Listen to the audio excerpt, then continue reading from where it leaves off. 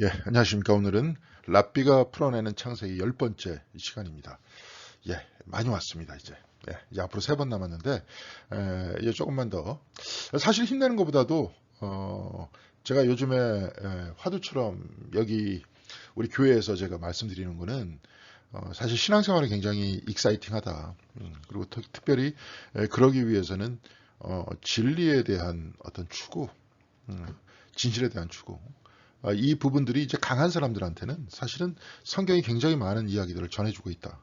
그리고 성경뿐만이 아니라 기독교 전통이 있죠, 그죠? 그러니까 이제 성경이다 그러면 성서학이다 이렇게 얘기하면 꼭 성서학만이 이제 성경을 다루는 건 아니고 모든 이제 그 신학의 분야가 다 성경을 다루고 있죠. 근데 이제 그 중에서도 성서학은 하나의 문학적인 관점 안에서 성경을 이해해 나가는 것이고, 요즘엔 구성신학이라고 하는데 조직신학 같은 경우에는 어떤 교리나 철학이나 그걸 통해서 이제 우리의 어떤 뭐라 그럴까요? 어떤 신앙에 있어서의 바탕들을 만들어 나가고 그리고 이것이 이제 현대 우리의 어떤 생각의 흐름. 요즘에 저기 다양한 생각들을 하면서 사람들이 살잖아요. 그냥 일반적인 사람들이 생각을 하면서 산다 이렇게 얘기할 수 있겠지만 꼭 그런 것들은 아니고 철학자들이라든지 문학자들이라든지 아니면 요즘에는 이제 어떤 문예 비평이라든지 어떤 예술이라든지 여기에 대해서 다양한 생각들을 가지고 어떻게 대화를 나누면서 성경의 말씀을 오늘 우리의 말씀으로 만들려고 하는가 이제 이런 이야기도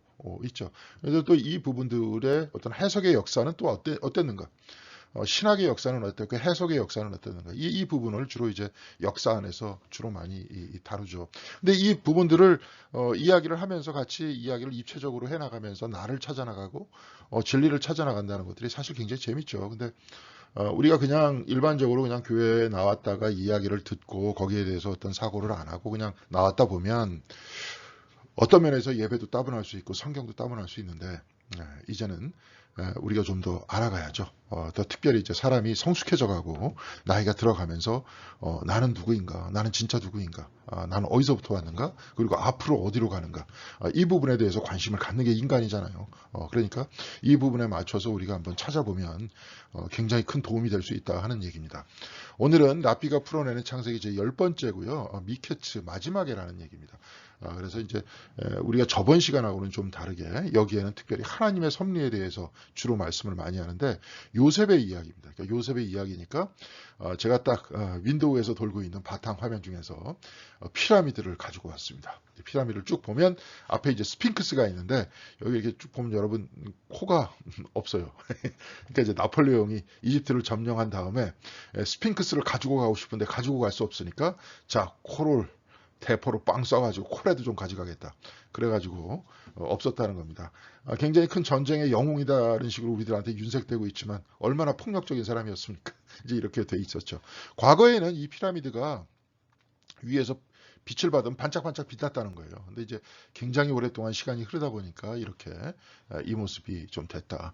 이게 이 피라미드가 한마디로 무덤 아닙니까? 그러니까 무덤 중심으로 삶을 살아냈다는 게 이집트 사람들이었어요. 근데 이제 좀 이따가도 여기서 이야기가 나오겠지만 우리가 특별히 출애굽기에서 10가지 재앙이 나올 때 그 10가지 재앙이 그냥 나온 게 아니라 이집트에서 신들을 징벌하는 겁니다. 그러니까 나일강을 빨간 그저 뭐예요 핏빛으로 바꿔놨다. 물을 피로 바꿔놨다. 이 이야기는 나일강의 신을 하나님께서 치셨다는 얘기예요.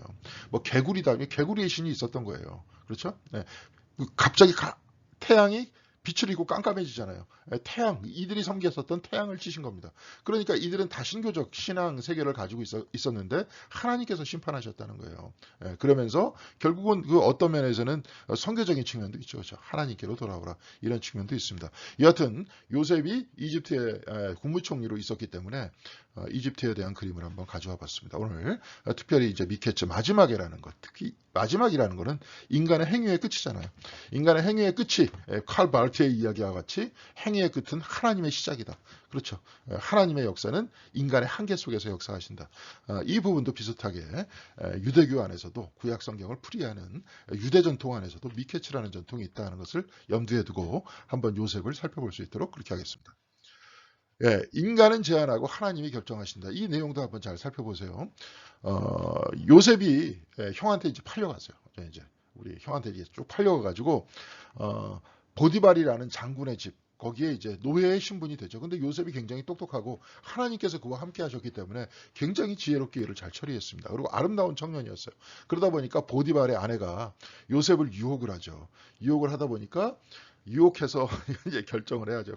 이 보디발의 아내가 유혹을 하는데 유혹해서 넘어가서 내가 보디발을 밀어내고 이 집의 주인이 될까? 아니면은 성경책 안에서 특별히 이때는 십계명이 나와 있지 않지만 창세기, 출애굽기, 레위기, 신명기는 그 오경이에요. 오경. 특별히 출애굽기, 민수기, 신명기. 예. 그렇죠. 창세기, 레위기까지 다 합해서. 그러니까 네 가지는 다 법전을 얘기하는 겁니다. 창세기는 법전을 얘기 안 하는 것 같은데 하나의 스토리잖아요. 그러니까 일종의 판례와 같은 겁니다. 스토리 안에서 어떻게 하나님의 법이 구현되느냐를 그 이야기를 꺼내는 거예요. 여러분들 설교를 쭉 할 때 법적인 얘기, 교리적인 얘기를 쭉 하면 딱딱하잖아요. 그러니까 이제 스토리, 이야기들을 꺼내가지고 이야기하면서 직관적으로 이해하게 만드는 거 아닙니까? 근데 창세기도 마찬가지예요. 그러니까 여기서 어떤 부분입니까? 보디발의 아내하고 요셉하고 관계를 가졌다. 그러면 뭡니까? 간음하지 말라잖아요. 그러니까 요셉도 역시 마찬가지로 이때는 법이 없었을 때였지만 이미 이제 그 판례의 기준으로서 그런 스토리가 나온 거니까 그 이야기 속에서 하나님의 뜻을 어길 수는 없다 해서 계속 밀어내잖아요. 안 된다, 안 된다. 그러다 보니까 보디발의 아내가 아주 기분이 나빴어요. 그러니까 나중에 요셉이 나를 겁탈하려고 했다. 그렇게 막 난리를 쳐서 요셉이 결국은 감옥에 갇히죠. 노예인 주인의 부인을 겁탈하려고 했다. 이래가지고 이제 감옥에 갇힌단 말이에요. 그런데 이제 그 안에 요셉하고 같이 있던 그 룸메이트죠. 깜빵 안에 룸메이트가 두 명이 있었는데 한 사람은 왕한테 떡을 갖다 바치는 그 사람이 있었고 하나는 왕한테 술을 따르는 사람이 있었다는 거예요. 근데 둘 다 사실은 왕과 굉장히 가까운 위치에 있었던 사람입니다. 근데 그들이 꿈을 꾸죠. 그래서 그 꿈에 대해서 해몽해 달라고 이야기를 합니다. 근데 이제 요셉이 그 얘기를 하잖아요. 뭡니까? 떡을 빚는 그 사람은 당신은 이제 곧 죽게 될 것이다. 이렇게 얘기를 하고 술을 따르는 그 관원한테는 당신은 곧 복직이 돼가지고 왕한테 불려갈 거다. 이제 그런 이야기를 꿈을 풀이하면서 얘기를 합니다. 그러면서 요셉이 이렇게 얘기하죠. 시종장께서 잘 되시는 날에 나를 기억해 주시고 나를 따로 생각해 주시기 바랍니다. 그러니까 나도 억울하게 여기 갇혔다. 그러니까 나를 좀 바로한테 얘기를 해줘서 나는 억울하게 여기 갇혔다라고 얘기해달라. 그리고 바로에게 그렇죠. 나의 사정을 말씀드려서 나도 이 감옥에서 풀려나게 해주기를 원한다. 여러분들도 이 좁은 깜빵 안에 gat혀 있는 걸 누가 원하겠습니까? 빨리 나와야죠. 네. 그렇죠? 네. 그러니까 그렇게 얘기하면서 나는 히브리 사람이 사는 땅에서 강제로 끌려온 사람입니다. 그렇죠? 형들이 팔아가지고 했잖아요. 근데 사실 좀 이따가 얘기하는데 그 주체가 없어요. 형들이 팔았는지 미디안 사람이 팔았는지 주체가 없습니다. 성경책의 말씀을 잘 보면 여하간에 그런 우여곡절 끝에 여기에 팔려갔다 이거예요. 그리고 여기에서도 내가 이런 구덩이 감옥에 들어올 만한 일은 난 하지 않았습니다. 네. 그런 이야기를 하면서 나를 좀 기억해달라. 실질적으로 이렇게 꿈풀이를 해준 덕분에 떡을 파는 관원은 그죠? 떡을 파는 떡을 파는 게 아니죠. 떡을 만드는 시종장은 죽고 이렇게 술을 따르는 게 굉장히 중요하죠. 옆에서 술을 따르기도 하고 술에 독이 있나 없나를 직접 이 사람이 마셔보면서 왕한테 주기도 하고 술을 따르는 사람이 바로 옆에 있기 때문에 술을 마시면 사람이 자꾸 얘기를 하잖아요. 그러니까 가장 가까이서 이야기 상대가 돼주는 사람. 그러다 보니까 해박해야 되고 그 전국에 대해서 다 알고 있어야 되고 그러니까 아주 가까운 사람이었다는 거예요. 자, 그래서 이제 그렇게 이야기해달라고 이야기합니다. 그렇지만 창세기 40장 23절에 보면 그러나 술잔을 올리는 시종장은 요셉을 기억하지 못했다는 거예요. 그는 요셉을 잊고 있었다는 거죠. 네, 잊었다는 거예요. 자, 그러니까 여기서는 인간은 제한하고 하나님이 결정하신다. 이 이야기를 하려고 하는 건 뭐냐면 요셉은 바로 그 사람한테 이야기를 하고 또 기도를 했겠죠. 하나님 저 사람을 통해서 내가 빨리 좀 여기 나갈 수 있게 해주시옵소서. 기도를 해요. 그러니까 일주일 안에 나갈 수 있었다라고 본인은 생각하지만 그렇지 않았다는 거예요. 요셉을 기억하지 못하고 잊어버렸다는 거예요. 그 사람은 그렇게 애틋하게 요셉을 생각하지 않았던 거죠. 인간은 이기적이기 때문에. 그런데 창세기 41장 1절을 보니까 그로부터 만 2년이 지나서 그러니까 요셉은 일주일 만에 풀려나기를 바랬는데 만 2년이 지나서 일주일 만에 이제 이 사람이 복직이 되잖아요. 그러니까 곧바로 풀려날 줄 알았는데 만 2년이 지나서 바로가 꿈을 꿨다는 거예요. 꿈을 꾸는데 아무도 거기에 대해서 해몽해 주는 사람이 없어. 그러다 보니까 여기 술을 따르는 관원이 갑자기 자기가 2년 전에 감옥에서 만났던 그 사람을 기억하는 거예요. 그래서 이제 풀려나게 됐다는 거죠. 그런데 여기서도 이렇게 잘 보면 요셉은 자유를 구했고 관원장은 잊었다는 거예요. 요셉의 석방을 이룬 것은 주체가 없는 바로의 꿈이었다는 거죠. 가운데 바로의 꿈이 개입을 해요. 가운데 이제 요셉은 그 사람을 통해서 자기가 구원을 받을 수 있을 것이다라고 생각을 해요. 근데 그 사람은 잊어버려요. 인간은 이기적이기 때문에. 자기밖에 생각하지 못하기 때문에. 그런데 갑자기 중간에 개입하는 개입 요소가 나타나요. 그것은 뭐냐면 바로가 꿈을 꿨다는 거예요. 그러니까 나중에 그런 얘기 하잖아요. 하나님께서 확실하게 두 가지의 꿈을 꾸게 해주셨다. 바로왕한테 요셉이 얘기하잖아요. 바로한테. 그러면서 그 얘기를 하면서 이것을 하나님께서 그렇게 하시기로 작정하신 것이다. 그 이야기는 뭐냐면 하나님의 섭리가 요셉을 구했다는 거예요. 우리도 기도할 때 역시 마찬가지라는 겁니다. 예. 그렇죠? 예. 그러니까 요셉이 팔려갈 때 창세기 37장 28절에 보면 미디안 상인들이 지나갈 때 잘 봐요. 미디안 상인들이 지나갈 때 형제들이 요셉을 구렁텅이에서 꺼냈다는 거예요. 형제들이 분명히 꺼내. 그런데 여기서 이스마엘 사람들에게 은 20냥에 팔았다는 거예요. 자, 그럼 미디안 상인들이 지나가고 이스마엘 사람이 있었어요. 그럼 미디안 상인이 팔았을까요? 형제들이 팔았을까요? 그들은 그를 이집트로 데리고 가요. 그 데리고 갔다는 사람은 이스마엘 사람들일 거 아니에요. 그렇죠? 그러니까 여기 미디안 상인들이 이야기가 나오는데 미디안 상인들이 곧 이스마엘 사람들이 아니라는 거예요. 미디안 상인을 이야기하는데 그 가운데 섞여가지고 이스마엘 사람이 있었는데 형제들이 팔았을까 미디안이 팔았을까 몰랐다는 거예요. 지금 여기서 불분명해요. 그렇죠? 불분명하다는 거예요. 여기서. 그러니까 저도 여기서 처음 알았어요. 여기서 보니까 미디안 사람이 이스마엘 사람인가 보다. 그래가지고 그 사람들이 형제들이 파니까 그 돈을 가지고 갔나 보다. 그런데 여기서 형제들이 팔았다, 미디안 사람이 팔았다 정확하지 않다는 거예요. 예, 그런 얘기입니다. 그러니까 미디안 사람들이 요셉을 이스마엘에게 팔았는가 아니면 형제들이 팔았는가. 그러니까 그게 모호하다는 거죠. 아까도 얘기했지만 수를 따르는 관원한테 나를 살려달라고 얘기했지만 결국은 살려준 것은 바로가 꾼 꿈이에요. 섭리를 통해서 그가 살아났다는 거죠. 여기서도 결국은 모호해요. 누가 그를 팔았는지 몰라요. 그러니까 결국 요셉은 팔렸으나 형들이 팔지 않았다는 겁니다. 그렇지만 이것으로 말미암아서 즉 이게 뭐냐면 요셉이 감옥에서 나올 때 그가 계획한 방식대로 되지 않았다는 거예요. 이것이 하나님 섭리의 본질이라는 거예요. 우리도 기도할 때마다 우리의 뜻을 자꾸 얘기하면서 이대로 해달라고 얘기를 해요. 그런데 그와 똑같이 여러분들한테 기도의 응답이 있을 때가 있었습니까? 만약에 있다 그래도 거의 없을 거예요. 다른 방식입니다. 하나님의 섭리가 개입한다는 거예요. 그렇죠? 우리가 우리 뜻대로 다 되면 우리 뜻대로 하나님께서 움직이는 뭐가 됩니까? 뭐 종이 되잖아요. 종이. 예? 그렇게 되는 거 아닙니까? 하나님의 방식이잖아요. 하나님의 뜻대로. 그렇죠? 마치 이사야서 뭡니까? 54장에 나의 생각은 너희 생각과 다르다. 나의 길은 너희 길과 다르다. 그가 원하는 계획한 방식대로 되지 않고 어떻게 됐습니까? 하나님께서 오히려 요셉을 통해서 이집트도 구원하고 어떻게 돼요? 집안도 구원하고 이스라엘도 구원하게끔 이렇게 만드셨잖아요.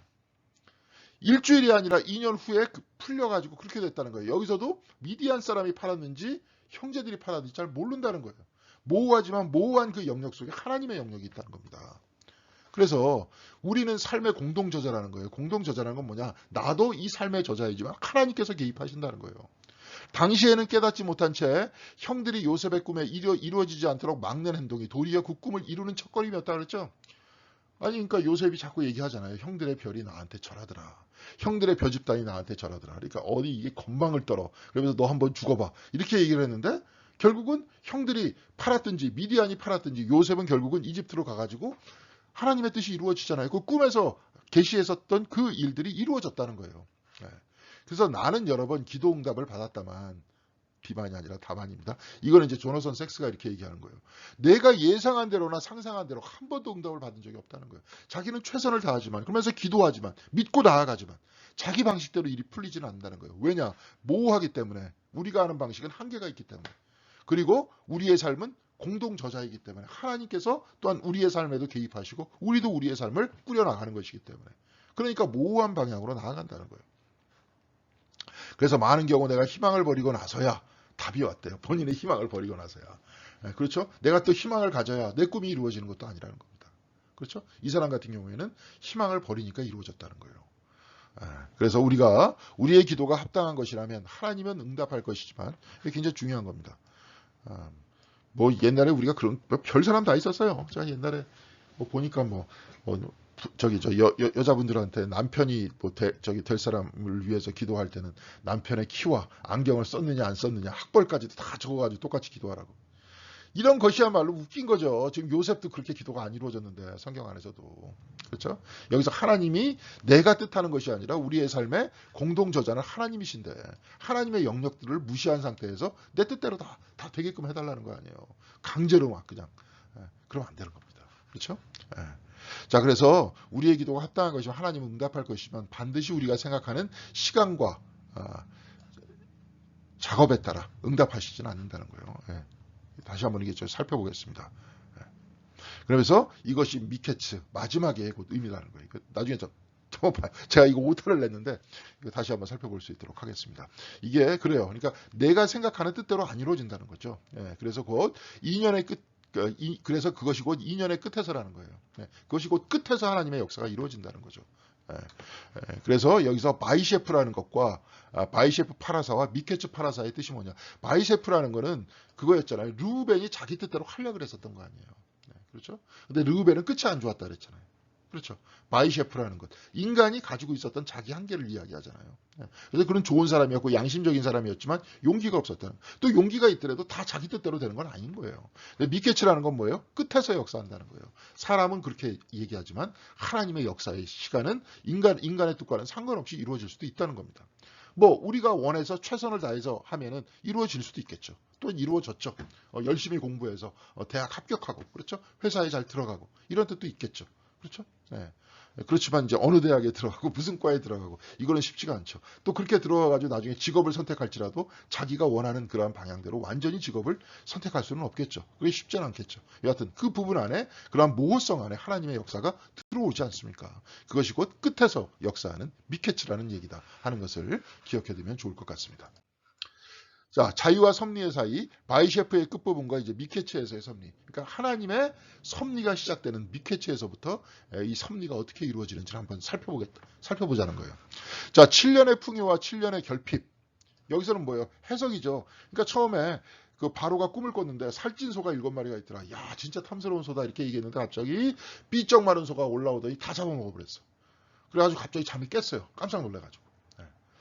네. 나는 그런 꿈을 꿔도 안 깰 것 같은데 바로는 나름대로 국가를 운영하고 책임을 지는 사람이기 때문에 뭔가 불길해서 깬 거예요. 그 다음에 이제 꿈을 딱 꾸니까 굉장히 탐스러운 이삭이 있는데 갑자기 삐쩍 마른 이삭이 탐스러운 이삭이 7개가 있었다는 거예요. 그래서 야 저거 진짜 거두어들이면은 저 아주 풍족해지겠다. 그 정도로 탐스러운 이삭이었는데 갑자기 아무것도 없는 피 같은 피라는 게 이제 여러분 피죽도 못 먹었다 그러잖아요. 그러니까 쌀 이렇게 쭉 있는데 옆에 피가 나오는데 피는 여러분들 이렇게 쭉 보면 가죽 피예요. 그 안에 아무것도 안 들었어. 그러니까 피죽이라는 건 아무것도 안 들었다는 거예요. 그러니까 피죽 같은 거, 피 껍데기 같은 것들이 나와가지고 갑자기 다 잡아먹었다는 거예요. 그것도 다시 깜짝 놀랐어. 꿈자리가 뒤숭숭해서 사람들한테 이거 한번 해석해봐 이렇게 얘기를 했더니 아무도 해석을 못하는 거예요. 그러니까 아무도 해석을 못했다는 게 아니라 해석은 하긴 했겠죠. 그렇지만 바로의 마음에 와닿질 않는 거야. 아니 뭐 그냥 뭐 그렇네. 그러니까 좀 마음에 흡속하지 못한 해석이었다는 거예요. 그러니까 이게 뭐냐면 해석이라는 거는 우리의 삶은 오직 뒤돌아볼 때만 하나의 이야기 성격을 띠게 된다는 거예요. 여러분들 마찬가지예요. 현재 일어나는 모든 사건이라는 거는 어떻다는 거예요. 그냥 사건이 막 발생되고 일어나잖아요. 근데 지내놓고 보니까 스토리가 만들어지잖아요. 아 이게 이것 때문에 이렇게 됐구나. 이런 식으로. 그렇죠? 지내놓고 보니까 스토리가 만들어지는 겁니다. 그래서 당시에는 사소해 보였던 것들이 결정적인 역할을 하는 거예요. 나중에 보니까. 지금 우리도 그래요. 그러니까 여러분들도 그래요. 저도 그래요. 이제 인생의 경험에서 쭉 보니까 그래서 굉장히 가지각색의 작은 것에 최선을 다해야 되는 거죠. 이게 어떤 결과가 일어날지 모르기 때문에 내 삶 속에서. 이 경험이 역시 마찬가지잖아요. 근데 막 일어나요. 그런 이야기들은. 그렇지만 그 모든 것들은 뒤에서 결과론적으로 구성이 된다는 겁니다. 그래서 한때 중요해 보였던 일들이 돌이켜보면 또 사소한 것으로 판명이 되죠. 또 사소한 것이 나중에 굉장히 중요한 것으로 우리들에게 돌아올 수 있다는 겁니다. 그래서 현재의 관점에서 보면 인생은 단절된 사건이 무작위 순서로 막 일어나는 것이에요.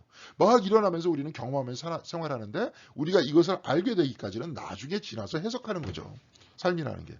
마찬가지 아닙니까? 여러분 아까 기도의 응답도 마찬가지예요. 어느 분이 한번 나는 기도의 응답을 받았다. 이 역시도 끝난 다음에 해석하는 거 아니에요. 그렇죠? 끝난 다음에 해석하는 거 아니에요. 그러니까 여기서도 아까 보니까 해석했는데 그 해석이라는 것이 나의 생각하고는 다른 방향으로 가더라는 거예요. 이것들을 보자는 거죠. 이게 이제 섭리라는 거예요. 그 안에. 그래서 하나님께서 우리의 인생 안에 역사하신다. 개입하신다. 그런 얘기죠. 그래서 출애굽기 33장 23절에 보면 그의 뒤에 그러니까 모세가 하나님의 영광을 보여달라 그러잖아요. 얼굴을 보여달라 그러잖아요. 그러니까 하나님께서는 뭐예요? 나의 뒷모습을 봐라. 그렇게 얘기하잖아요.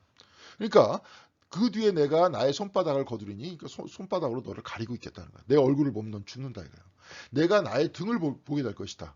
그러나 나의 얼굴을 볼 수 없을 것이다. 그러면서 하나님께서 지나가시죠. 그러면서 그 책에서는 뒤를 돌아보고 나서야 우리는 하나님의 섭리가 우리 삶과 엮여 있다는 것을 볼 수 있고 결코 앞을 내다보지는 못한다는 거예요. 그것은 하나님의 영역이고 하나님 섭리의 영역이라는 거예요. 아까 그게 끼어들었잖아요. 그래서 곧 뭐예요? 미케츠라는 거예요. 바이셰프의 끝부분에 미케츠가 시작되는 겁니다.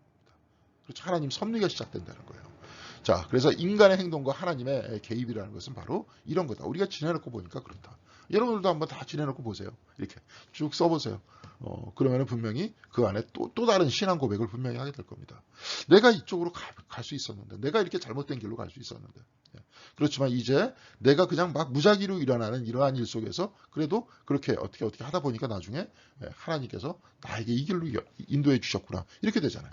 또 우리도 이제 우리 신앙생활 하는 사람이니까 우리가 그렇죠. 그 성경에 따라서 가르침에 따라서 나쁜 짓을 하지 않고 그렇죠. 나름대로 우리의 결단 속에서 이것이 맞다라는 것들을 붙들고 살지 않습니까? 이런 것들이 모이고 모여서 나중에 또 지나고 보니까 우리의 역사, 우리의 이야기가 스토리가 만들어진다. 그런 겁니다.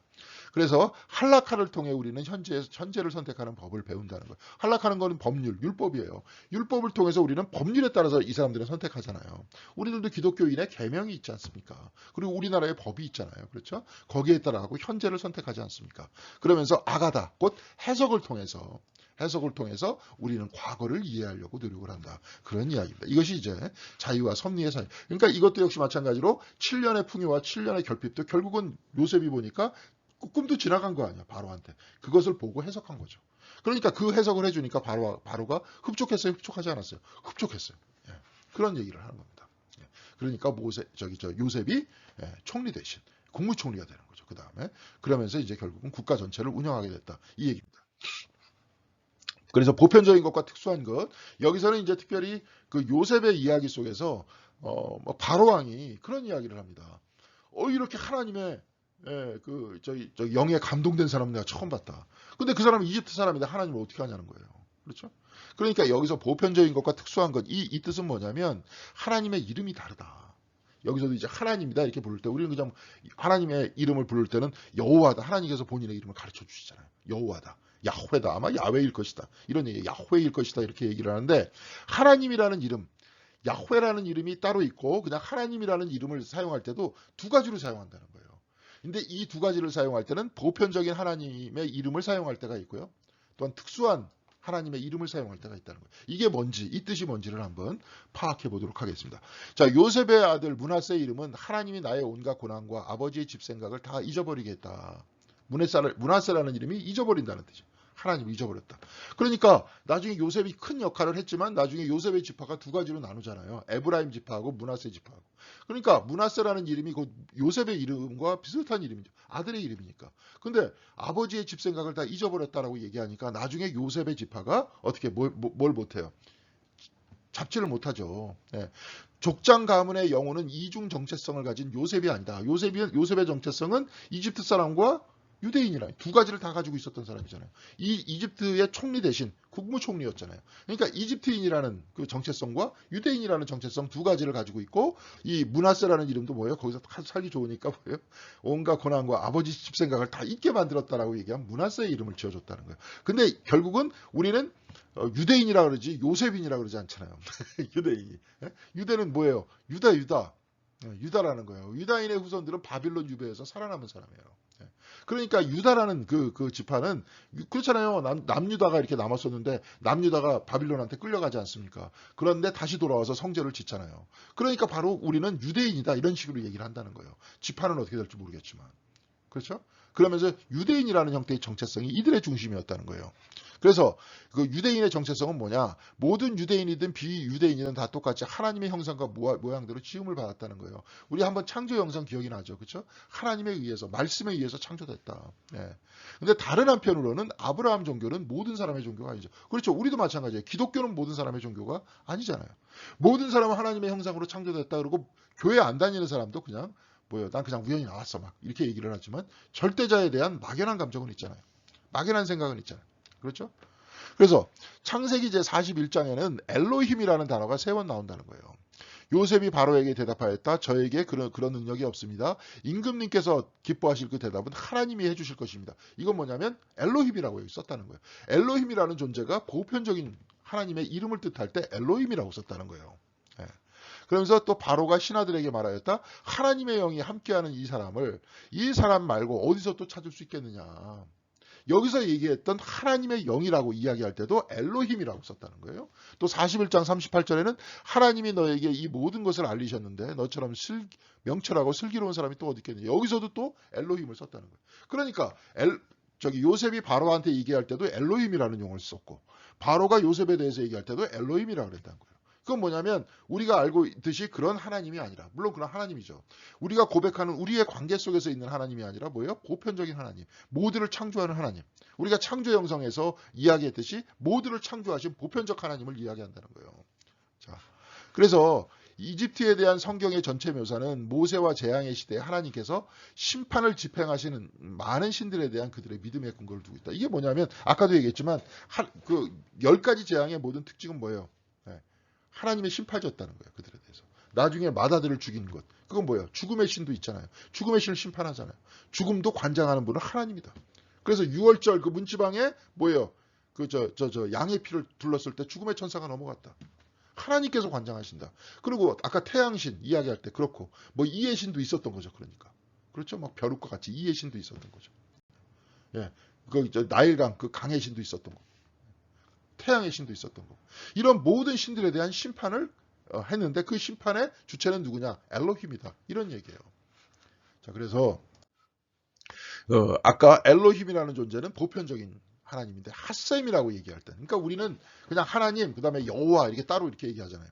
그렇죠? 근데 그냥 우리는 하나님 그럼 똑같이 하나님인데 이 하나님 안에도 핫셈이 있고 엘로힘이라고 있고 그렇게 이야기하고 우리는 번역되어 있는 성경 안에는 그냥 하나님 이렇게 번역되어 있기 때문에 모르는 거죠. 근데 핫셈으로 사용할 때가 있고 엘로힘으로 사용할 때가 있다는 거예요. 근데 아까도 얘기했지만 보편적인 하나님을 얘기할 때는 엘로힘을 사용한다는 거예요. 그래서 엘로힘을 겉으로 얘기할 때 이제 지혜자들은 정의로서의 신이고 핫셈은 자비의 신을 뜻한다. 이렇게 얘기해요. 그래서 유대교는 이게 뭐냐면 이렇게 얘기하기도 하는데 사실은 이제 조나선 섹스가 얘기하는 건 뭐냐면 유대교는 자연의 힘들이 독립적이지 않고 자율적이지도 않다고 믿는다는 거예요. 모든 자연이 다 각각 다 따져놓고 보면 그 힘들은 하나의 총체, 하나의 창조적 의지, 존재의 창시자를 나타낸다. 모든 창조자, 하나님은 한 분이시고 거기에 뭐예요? 그 모든 힘들이 이렇게 배분됐다는 거예요. 이게 중세 때는 뭐라고 얘기하냐면 분유라는 뜻을 뜻합니다. 하나님의 힘이, 하나님의 에너지가 하나님이 분유됐다는 겁니다. 분유가 뭐냐면 애기 분유가 아니라 분배됐다는 거예요. 다 나누어져 있다는 거예요. 여기서도 마찬가지예요. 하나님의 힘과 하나님의 에너지, 하나님의 역동이 나눠져 있다는 거예요. 각각의 존재한테. 그 힘들은 하나의 총체, 하나의 창조, 그러니까 모든 힘들을 보면 우리가 에너지를 쓰잖아요. 이 힘들의 근원은 누구예요? 하나님이시라는 거죠. 엘로힘이라는 거예요. 네. 저 나무도 꽃을 피울 때 그 힘은 뭐예요? 엘로힘이라는 거예요. 그 힘도. 모든 힘의 총합, 모든 능력의 총체를 의미하는 복수형으로. 그래서 엘로힘은 복수거든요. 그래서 하나님이 여러분이라는 뜻이 아니라 모든 힘의 총체를 가지고 있다니까 굉장히 힘이 여러 가지잖아요. 지구도 움직이는 인력이 있고 움직이는 힘이 있고 우주도 이 힘에 의해서 돌아가지 않습니까? 그 힘, 또 제가 지금 사용하는 힘, 혀가 움직이고 입이 움직이고 몸이 움직이는 힘.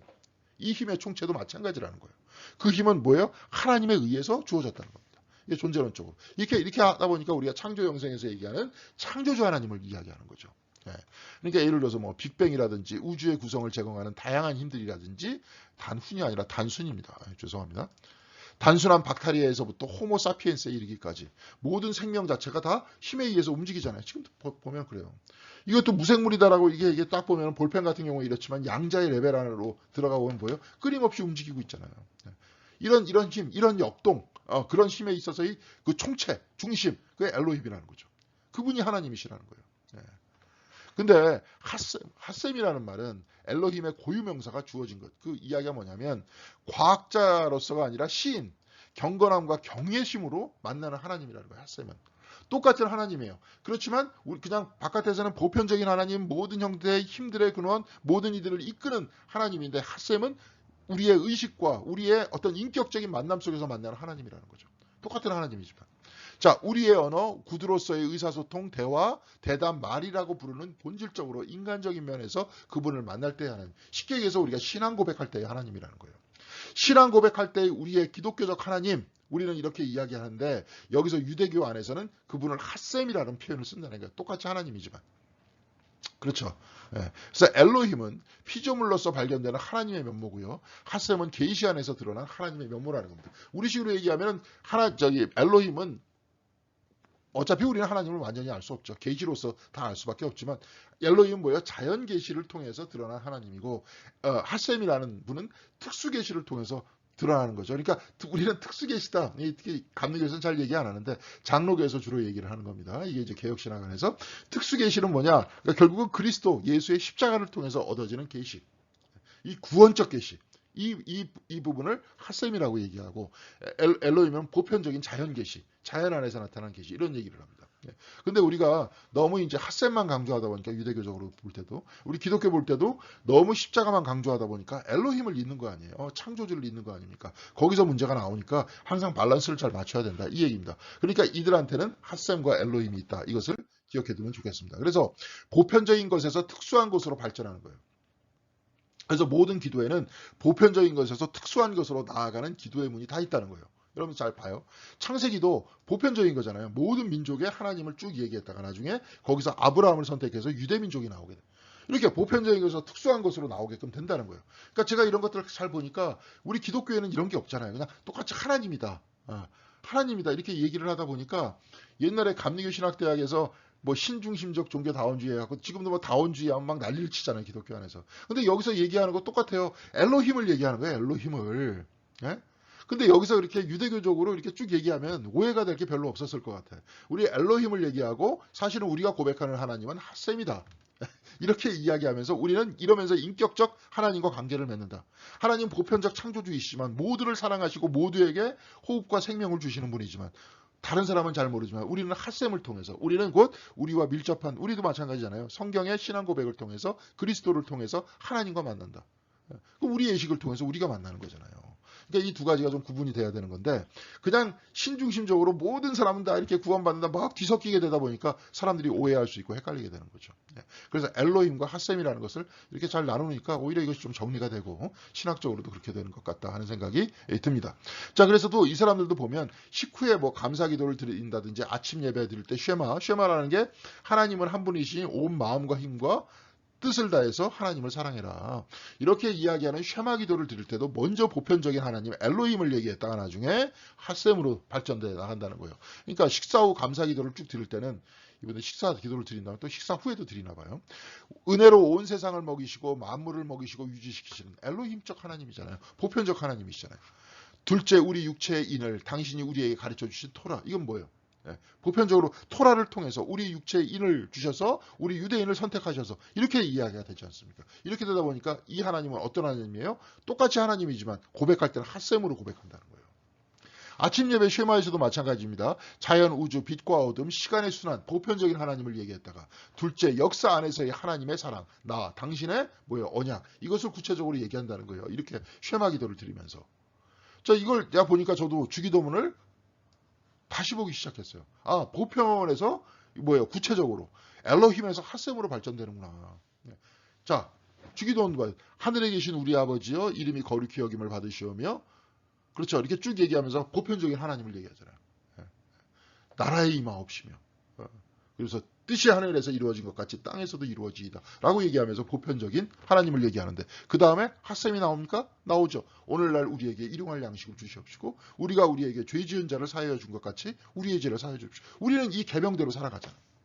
우리가 용서받기 위해서 우리가 먼저 용서해야 된다라고 주님께서 주기도문에서 얘기하고 우리는 많은 것을 구하지 않지만 일용할 양식을 구하고 하루 먹을 양식이 있다면 주님의 나라의 뜻을 이루기 위해 살겠다 이렇게 얘기하지 않습니까? 그래서 구체적으로 핫셈으로 나가잖아요. 그렇죠? 그러면서 나중에 다시 이제 보편성으로 또 나가죠. 나라와 권세와 영광이 아버지께 영원히 있다. 그러면 이렇게 영원히 있는 하나님 나라 안에서 우리가 핫셈을 가지고 하나님과 더불어 같이 살면서 그렇죠? 하나님 나라를 향해서 우리가 살겠습니다. 이런 얘기가 주기도문에 들어가 있죠. 그러니까 이 주기도문도 역시 마찬가지로 이렇게 돼 있는 거예요. 보편적인 것에서 아주 구체적인 것으로 나아가게끔 이렇게 돼 있는 겁니다. 그래서 나중에 물론 보편적인 것을 얘기하면서 선교적인 이야기를 하지만 그러니까 이 부분도 저도 이제 이걸 보니까 주기도문도 이렇게 돼 있구나 하는 것을 알게 됐어요. 보편적인 것에서 구체적인 것으로 갔다. 그래서 하나님 고백의 이중성이다. 이중성이라는 게 나쁘다는 게 아니라 이게 뭐냐면 하나님의 역사의 모습에 대해서 열려 있다는 거예요. 다른 사람에 대해서.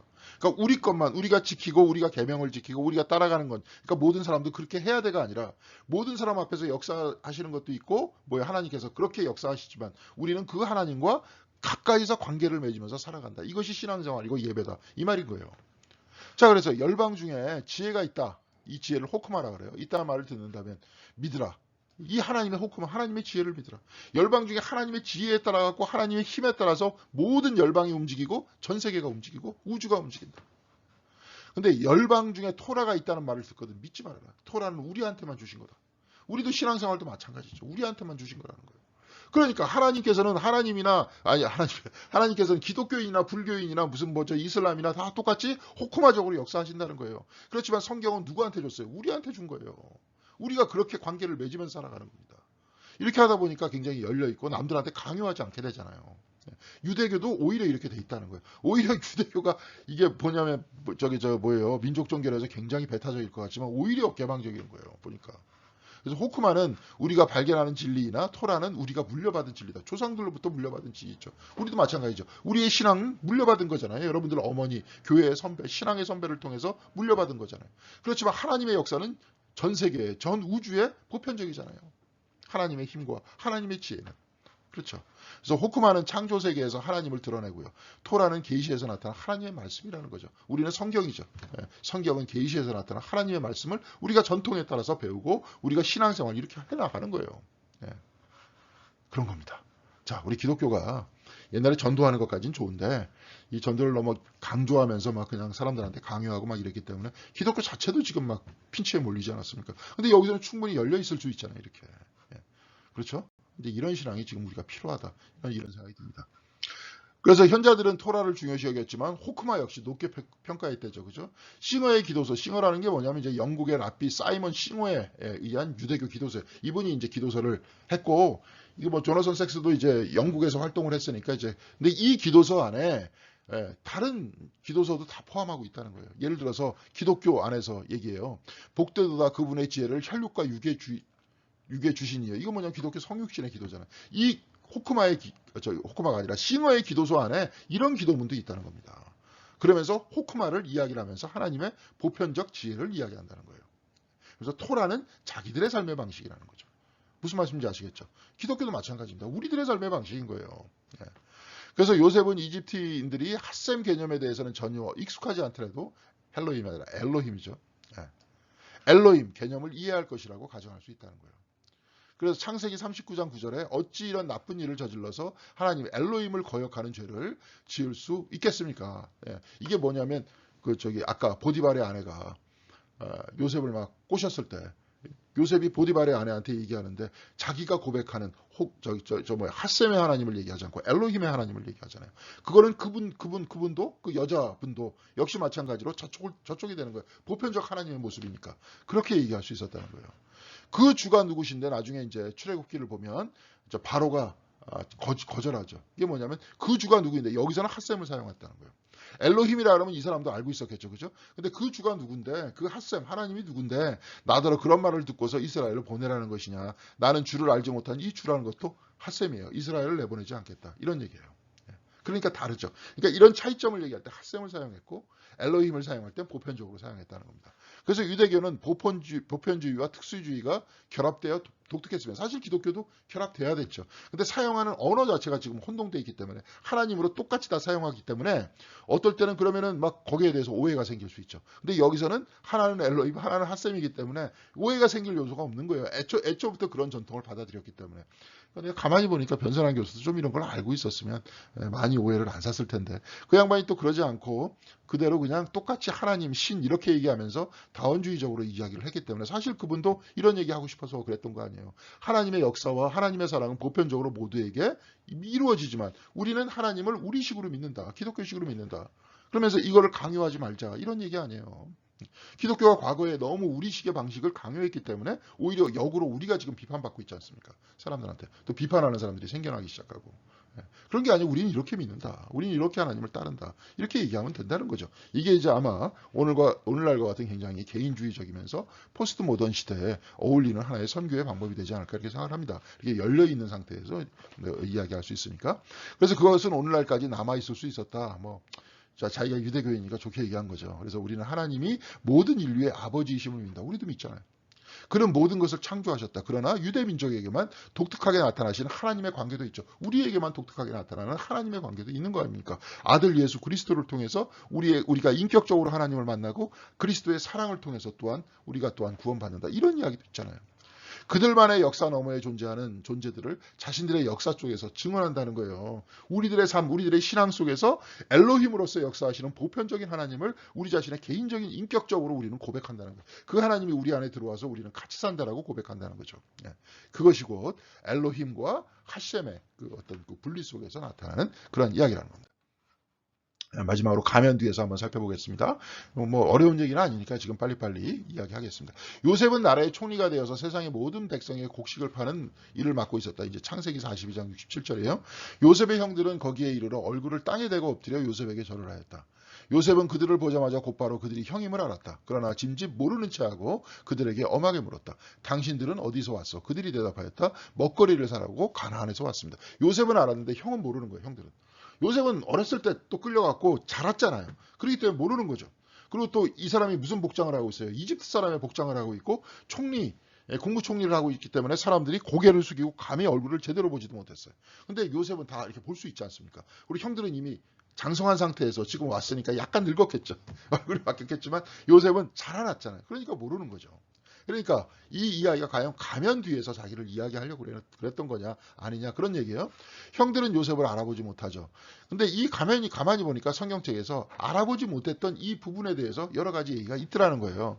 이삭이 야곱을 에서인 줄 알고 축복을 해주는 장면이 있잖아요.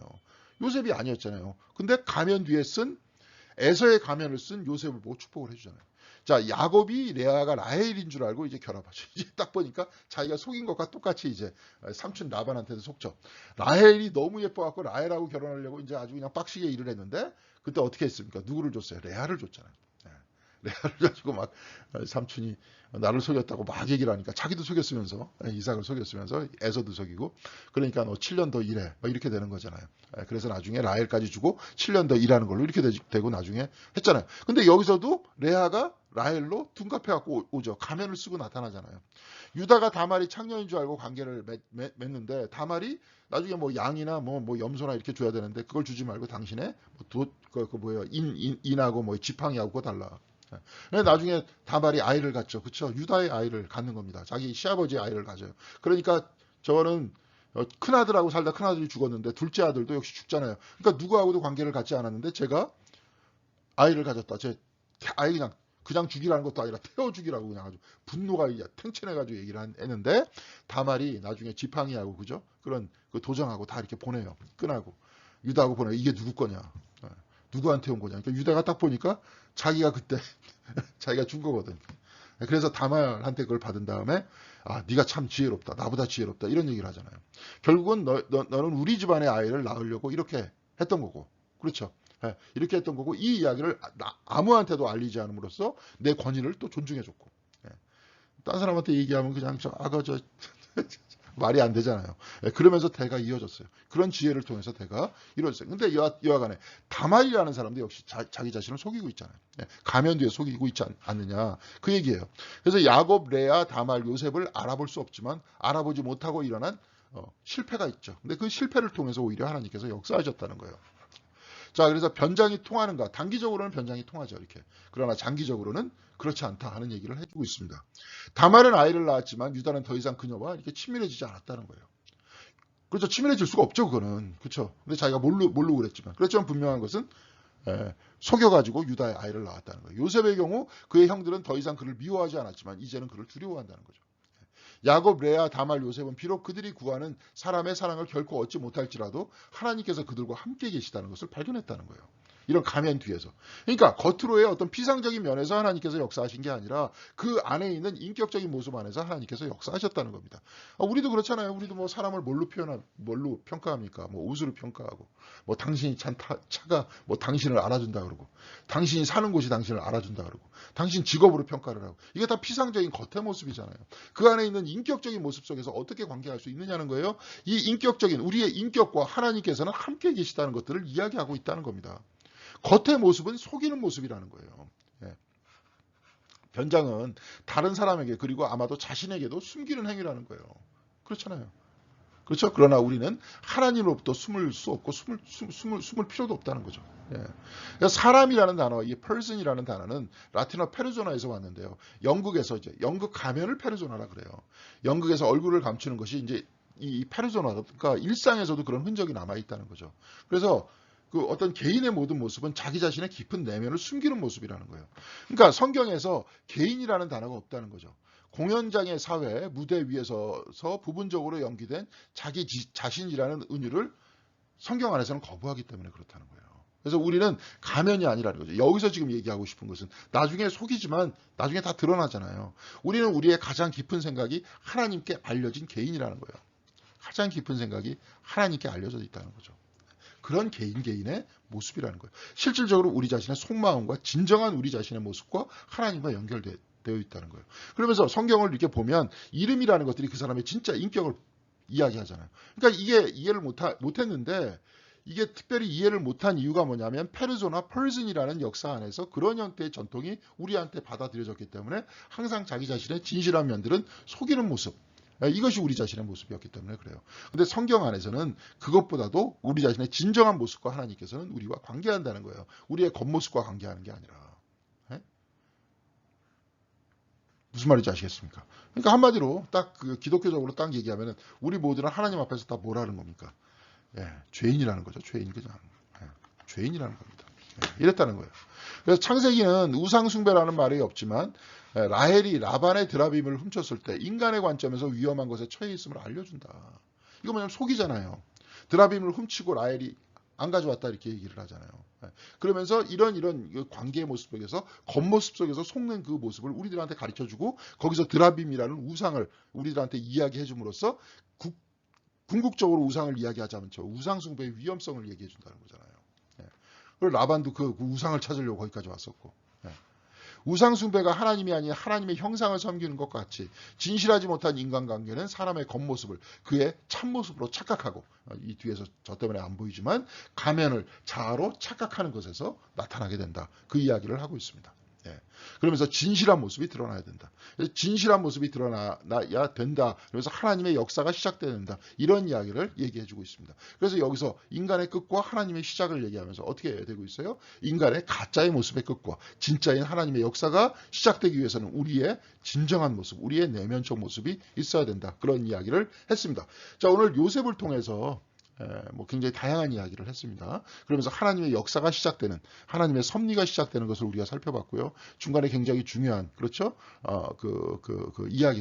이야기를 우리가 또한 살펴봤습니다. 하나님이지만 우리의 인격적 하나님, 개인적으로 만나는 하나님이라는 것, 그 하나님이라는 그 어떤 그 명칭과 보편적인 하나님의 명칭과는 달랐다. 다르게 사용하면서 하나님께서는 보편적으로 역사하시지만 우리는 그런 하나님과 관계하면서 살아간다. 그러면서 보편적인 하나님께서 우리의 역사와 우리의 삶에 개입해서 우리는 그 하나님과 관계하면서 살아간다. 이거 유대인의 모습이지만 우리도 역시 마찬가지로 그렇게 살아가지 않습니까? 자, 그런 모습을 우리들에게 보여주고 있습니다. 자, 그래서 하나님께서 우리의 삶 안에 어떻게 들어오고 어떻게 역사하시고 그 섭리가 우리를 어떻게 움직이고 있는지를 오늘 그 요셉의 이야기를 통해서 또한 이번 섹션을 통해서 살펴봤습니다. 자, 이번에 이제 이게 12개니까요. 이제 딱 2번 남았습니다. 앞으로 2번 더 하면 이제 강의가 끝날 것인데요. 여러분들한테도 말씀드렸지만 이것을 이제 오프라인에서 따로 만날지 아니면 이제 계속 강의를 이렇게 하고 나중에 따로 만날지 그것은 이제 그때 결정할 수 있도록 하겠습니다. 자, 여러분들 수고하셨고요. 다음 주에 다시 뵙도록 하겠습니다. 감사합니다.